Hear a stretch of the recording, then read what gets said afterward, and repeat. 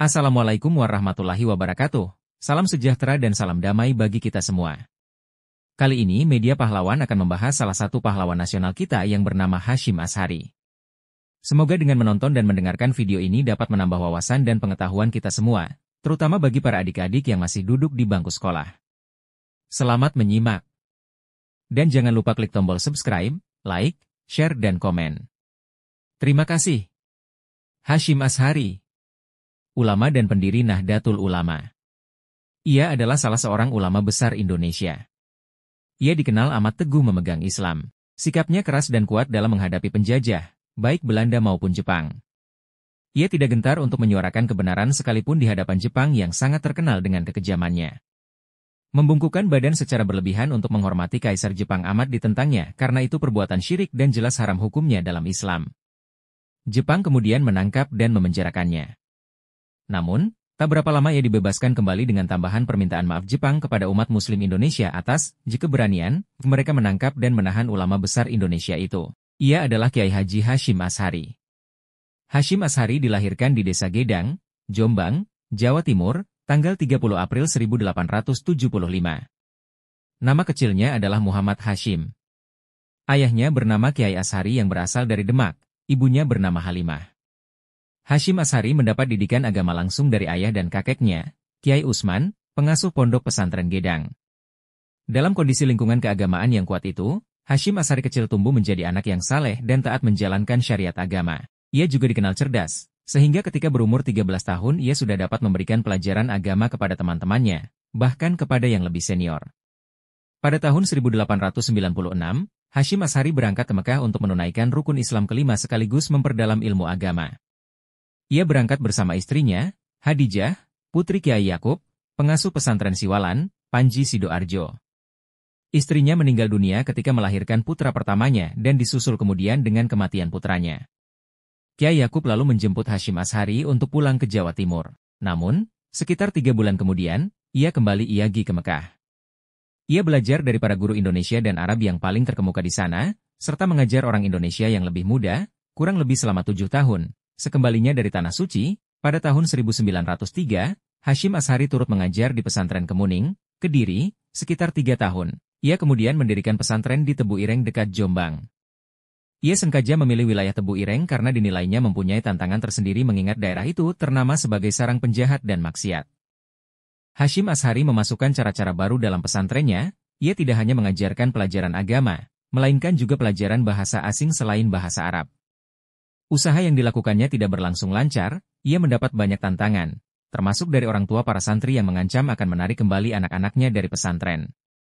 Namun, Hasyim Asy'ari yang keras hati itu tidak dapat digertak, ia tetap bersikeras melaksanakan rencana yang dianggapnya baik. Usaha memodernisasi pesantren kemudian dapat berjalan lancar setelah kedatangan guru-guru muda, diantaranya Kiai Ilyas dan Kiai Maksum. Merekalah yang mewujudkan gagasan Hasyim Asy'ari dalam praktik sehari-hari. Pendirian pesantren tersebut juga tak luput mendatangkan kecaman dari orang-orang tertentu yang menyebut Hasyim Asy'ari mengajarkan bid'ah. Ia menghadapi semua kecaman itu dengan lapang dada dan tetap maju untuk meneruskan dakwahnya. Ia tidak balas mengecam atau memusuhi orang-orang yang memusuhinya karena sangat menginginkan persatuan dan kesatuan, yang menurutnya hal ini merupakan keutamaan yang paling besar. Hasyim Asy'ari tetap bersikap toleran terhadap pikiran-pikiran baru dari manapun datangnya demi kemajuan umat Islam Indonesia. Selain aktif sebagai pimpinan pesantren Tebu Ireng, Hasyim Asy'ari juga terjun ke gelanggang politik. Ia merupakan tokoh dalam pembentukan organisasi Nahdlatul Ulama, NU, pada 31 Januari 1926. Ketika itu, Kiai Haji Hasyim Asy'ari dipilih sebagai Rais Akbar. Seperti halnya pondok pesantren Tebu Ireng, pendirian NU juga mendapat kecaman dari orang-orang tertentu. Hasyim Asy'ari tidak terlalu menanggapi kecaman tersebut, namun malah menganjurkan perlunya umat Islam di Indonesia, apapun latar belakang organisasinya, untuk bersatu padu guna melawan penjajah Belanda. Pemerintah koloniallah musuh yang sesungguhnya, bukan sesama umat Islam. Bermusuhan karena berbeda pendapat, seperti masalah ijtihad, taklid, atau mazhab, sama sekali tidak pantas dilakukan. Sejak semula, ulama besar ini menunjukkan sikap perlawanannya kepada pemerintah kolonial, ia amat menentang kebijakan pemerintah yang menarik wewenang pengadilan agama dan memberlakukan hukum adat di Jawa, Madura, dan Kalimantan Selatan pada tahun 1931. Menurutnya, kebijakan tersebut akan mengikis kedaulatan kaum muslim mengingat syariat Islam banyak dituangkan di dalam pengadilan agama. Ucapan Hasyim Asy'ari dalam Kongres NU di Bandung perihal kefanatikan dan jihad terhadap orang yang berani menghina Islam, dianggap menjadi sesuatu yang berbahaya oleh pemerintah kolonial, ketokohan dan pengaruhnya yang sangat luas akan dapat menggerakkan rakyat untuk menentang pemerintah. Untuk mencegah hal tersebut, pemerintah menawarkannya jabatan. Hasyim Asy'ari bisa memahami maksud di balik tawaran itu, sehingga ia menolaknya. Begitu pula ketika pemerintah pada tahun 1935 berniat memberikan penghargaan berupa bintang jasa kepadanya. Hasyim Asy'ari senantiasa menggagas persatuan di kalangan umat Islam Indonesia. Gagasan perlunya umat Islam Indonesia bersatu terwujud ketika pada tanggal 25 September 1937 terbentuk Majelis Islam ala Indonesia, MIAI, di Surabaya. MIAI merupakan gabungan organisasi-organisasi Islam besar di Indonesia, seperti NU, Muhammadiyah, Persatuan Ulama Indonesia, PUI, Partai Sarekat Islam Indonesia, PSI, dan IAIN lain. MIAI kemudian lebih aktif menentang pemerintah kolonial bersama-sama dengan Gabungan Politik Indonesia, GAPI. Ketika Jepang datang, sikap perlawanan yang ditunjukkan Hasyim Asy'ari tidak mengendur.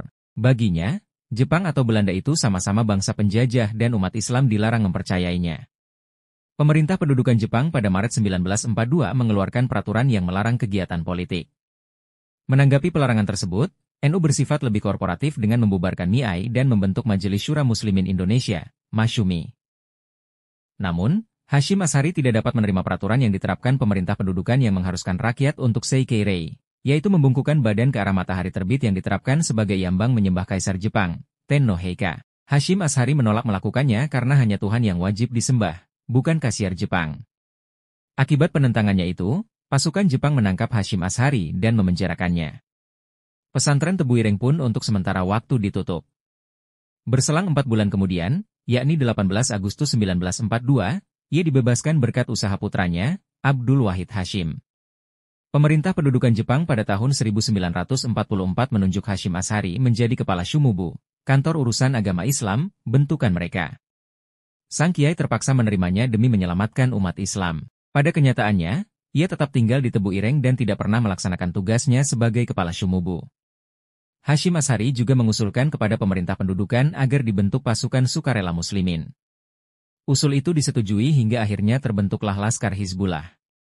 Beberapa saat setelah Soekarno dan Muhammad Hatta memproklamasikan kemerdekaan Indonesia, Hasyim Asy'ari mengumandangkan revolusi jihad untuk menghadapi Inggris dan Belanda. Pada 22 Oktober 1945, ia mengeluarkan fatwa, "Ya Allah tidak akan pernah memberikan keuntungan dan kemuliaan kepada siapapun melalui perpecahan. Sebab hanya dengan persatuan bangsalah kemerdekaan dapat dicapai dan dipertahankan." Hasyim Asy'ari tidak hanya berfatwa, melainkan juga memberikan bantuan moral dan material kepada para pejuang yang mempertahankan kemerdekaan. Ia jadikan pesantren Tebu Ireng sebagai markas pejuang-pejuang Islam. Ia berulang-ulang memberi mereka bekal yang berupa uang. Hasyim Asy'ari amat terperanjat dan sedih ketika mendengar pasukan Hizbullah Sabilillah yang dipimpin Kiai Haji Mishkur terpukul mundur setelah bertahan sekuat tenaga dari serangan Belanda yang menduduki Malang pada 25 Juli 1947. Saking terkejutnya, ia jatuh pingsan dalam posisi tetap duduk. Ia pun wafat tak lama kemudian setelah terserang penyakit peradangan otak secara mendadak. Jenazahnya dimakamkan di Tebu Ireng, Jombang. Atas segala jasa, pengabdian dan perjuangannya, Pemerintah Republik Indonesia menganugerahkan gelar pahlawan nasional kepada Kiai Haji Hasyim Asy'ari berdasarkan Surat Keputusan Presiden Republik Indonesia Nomor 249/1964 tahun 1964.